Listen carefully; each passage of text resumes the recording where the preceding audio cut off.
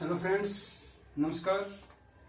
Friends. आज की हम अपनी क्लास में एक बहुत महत्वपूर्ण टॉपिक पढ़ने जा रहे हैं और टॉपिक का विषय है भारतीय मानसून पर एल नीनो, ला नीनो और सदर्न ऑसिलेशन या दक्षिणी संचरण का प्रभाव। हम सब जानते हैं कि भारतीय मानसून की उत्पत्ति पर जितना अभी तक रिसर्च हुआ है, अनुसंधान हुआ है, उसमें बहुत से तर्क दिए गए हैं, बहुत से सिद्धांत अब तक प्रतिपादित किए गए हैं, लेकिन कोई भी सिद्धांत अभी तक भारतीय मानसून की उत्पत्ति के बारे में उसकी अनियमितता और अनिश्चितता को पूर्ण रूप से जो है वो सेटिस्फाई संतुष्ट नहीं कर सका है, जिसके चलते आज तक भी हमारा जो भारतीय मौसम विभाग है वो भारतीय मानसून की आने के बारे में निश्चित रूप से पूर्व अनुमान नहीं लगा पाता। जिसका कि एक पूर्वानुमान लगाने से यदि एक मौसम के बारे में भविष्यवाणी की जा सके तो उसका इंडियन संदर्भ में, भारतीय संदर्भ में बहुत महत्वपूर्ण रोल होता है, क्योंकि भारतीय जो अर्थव्यवस्था वो कृषि पर आधारित है और कृषि जो है वर्षा पर आधारित है। यदि भारतीय मानसून को समझा जाए और उसका मतलब पूर्व अनुमान लगाना संभव हो जाए तो यह भारत के लिए या भारतीय कृषि के लिए बहुत फायदेमंद हो सकता है। इसी संदर्भ में मानसून को समझने की कोशिश की जाती है और उस मानसून को समझने के प्रयास में ही अब तक जितने मतलब विकास में उतना परिवर्तन और जो विकास हुआ है उसमें अलग अलग सिद्धांत दिए गए और इन सब सिद्धांतों से जो पिछले 2 दशकों में जो नए सिद्धांत, जो नई बातें उभर करके आई हैं, उन सब सिद्धांतों का जो संबंध है वो एल नीनो, ला नीनो और दक्षिणी ऑसिलेशन या सदर्न ऑसिलेशन, दक्षिणी संचरण से जोड़ा जाता है। तो सबसे पहले हम समझेंगे कि एल नीनो है क्या। एल नीनो जो है वो पेरू के तट के समीप चलने वाली एक गर्म जल की अस्थायी धारा है, जो आमतौर पर पेरू के तट के समीप चलने वाली जो हम्बोल्ट या पेरुवियन ठंडी जल की धारा है उसका वो अस्थायी रूप से प्रतिस्थापन कर लेती है। ये जो पेरुवियन तट के समीप चलने वाली जो गर्म जल धारा जिसको कि हम एल नीनो बोलते हैं, ये आमतौर पर 7 से 14 वर्ष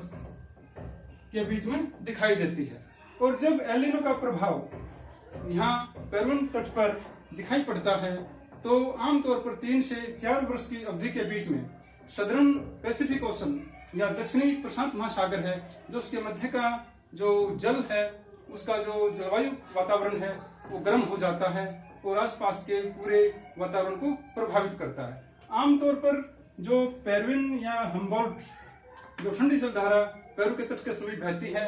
उसके स्थान पर जब कभी कभार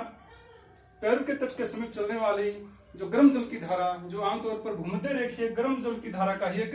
एक्सटेंडेड रूप है, विस्तारित रूप है, वहां आमतौर पर यहाँ के जल के वातावरण में वो लगभग 10 डिग्री सेल्सियस का तापमान को बढ़ा देती है। जब यहाँ के तापमान में वृद्धि हो जाती है और वो यहाँ के ठंडे जो ठंडी जल की जो धारा थी उसका जो स्थान लेती है, तो उसके कारण यहाँ पेरू के तट के आसपास मिलने वाला जो प्रेशर बेल्ट थे, जो पहले ठंडी जल धारा के कारण जो हाई प्रेशर बेल्ट होती है वो लो प्रेशर बेल्ट में बदल जाती है। ये जो लो प्रेशर बेल्ट है, जब इक्वेटोरियल गर्म जल धारा जब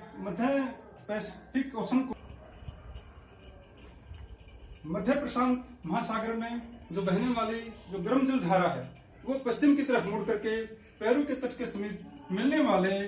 जो हाई प्रेशर बेल्ट थी वो उसको कमजोर कर देती है। और इस परिवर्तन के कारण जो पूरा हमारा एक इक्वेटोरियल एटमॉस्फेरिक सर्कुलेशन है वो भंग हो जाता है। जब इक्वेटोरियल एटमॉस्फेरिक सर्कुलेशन भंग हो जाता है तो उसके कारण वायुमंडल में जो जलवाष्प की मात्रा है वो भी परिवर्तित हो जाती है। और इस परिवर्तन के कारण जो है दक्षिण पूर्वी व्यापारिक पवनें जो दक्षिणी गोलार्ध में चलती हैं, वो पवनें समय पर हमारे दक्षिणी भारत के समीप जो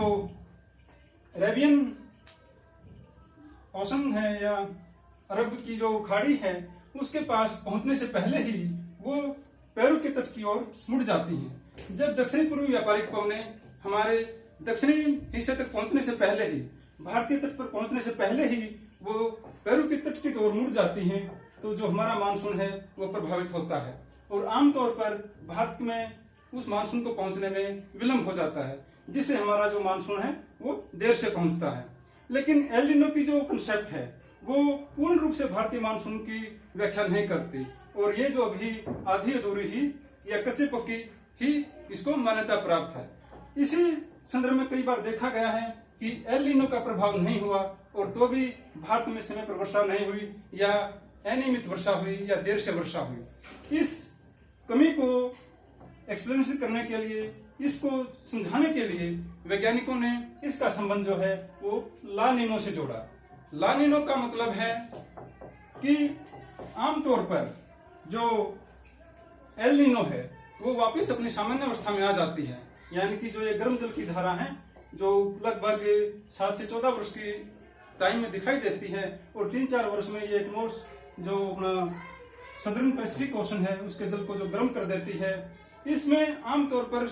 अपने आप एक संतुलन स्थापित होने की प्रवृत्ति होती है और ये वापस अपनी पूर्वावस्था में आ जाता है। लेकिन कभी कभार जो सदर्न दक्षिणी गोलार्ध में बहने वाली जो दक्षिण पूर्वी, या आप सिर्फ उसको व्यापारिक पवनें कह सकते हैं, वो ट्रेड विंड्स कभी कभार इतनी स्ट्रांग हो जाती हैं कि वो एक बहुत बड़ी मात्रा में एक huge accumulation of cold water को जमा कर देती हैं, जिसके कारण जो एल नीनो का वापस संतुलित अवस्था में आने का जो प्रभाव है वो भंग हो जाता है। ला नीनो जो है वो बिल्कुल एल नीनो के अपोजिट है, इसके विपरीत है, उल्टा है। जब ला नीनो का प्रभाव होता है तो ये चक्रवातों को, तूफानों को, भारी वर्षा को जन्म देती हैं। जब ला नीनो का प्रभाव होता है तो भारत में अच्छा मानसून दिखाई देता है। ला नीनो एक प्रकार से भारतीय मानसून के लिए अच्छा ही है, लेकिन यहां तक भी जो एल नीनो और ला नीनो मिलकर के भी भारतीय मानसून के बारे में पूर्ण रूप से संतोषप्रद व्याख्या नहीं करते। इस कमी को और दूर करने के लिए हमारे जलवायु वेताओं ने हमारे भारतीय मानसून की उत्पत्ति का जो संबंध है वो सदर्न ऑसिलेशन से जोड़ा, या दक्षिणी संचरण। अब दक्षिणी संचरण क्या है, सदर्न ऑसिलेशन किसे कहेंगे? आमतौर पर जब हम देखेंगे कि इधर पैसिफिक ओशन, जो पैसिफिक ओशन है और इंडियन ओशन है, इन दोनों के बीच में आपस में एक जो मौसमी परिवर्तन है इसके बीच में एक अंतर संबंध पाया जाता है। जो मीटियोलॉजिकल चेंजेस हैं, जो मौसमी परिवर्तन है, उन परिवर्तनों का हिंद महासागर और प्रशांत महासागर में मिलने वाले अंतर संबंध को सदर्न ऑसिलेशन कहा जाता है, या दक्षिणी संचरण जिसको बोलते हैं। इन दोनों के बीच में क्या संबंध है? आमतौर पर इन दोनों के बीच में जो प्रेशर बेल्ट बनती हैं, जो हाई प्रेशर बेल्ट और लो प्रेशर बेल्ट बनती हैं, जिनके कारण मानसून की उत्पत्ति होती है, उनमें इनवर्स रिलेशन है, विपरीत संबंध है। विपरीत संबंध का मतलब क्या है? जब पैसिफिक ओशन में हाई प्रेशर होगा तो इंडियन ओशन में लो प्रेशर बेल्ट होगी। जब इंडियन ओशन में हाई प्रेशर बेल्ट होगा तो पैसिफिक ओशन में लो प्रेशर बेल्ट होगी। आमतौर पर जब पैसिफिक ओशन में या प्रशांत महासागर में हाई प्रेशर बेल्ट होगी तो उससे जो व्यापारिक पवनें दक्षिणी गोलार्ध में जो बहती हैं वो भारतीय तट तक पहुंचने में उनको सुविधा होती है, और भारतीय तट तक पहुंचने के बाद दक्षिणी पूर्वी व्यापारिक पवनें के रूप में, दक्षिणी पूर्वी मानसून के रूप में भारत में अच्छी वर्षा करती हैं। यदि इंडियन ओशन में या हिंद महासागर में प्रेशर बेल्ट जो वायुदाब है अधिक है और पैसिफिक ओशन में यदि वायुदाब कम है तो भारतीय मानसून देर से पहुंचता है, क्योंकि यहाँ पर प्रेशर बेल्ट कम होने के कारण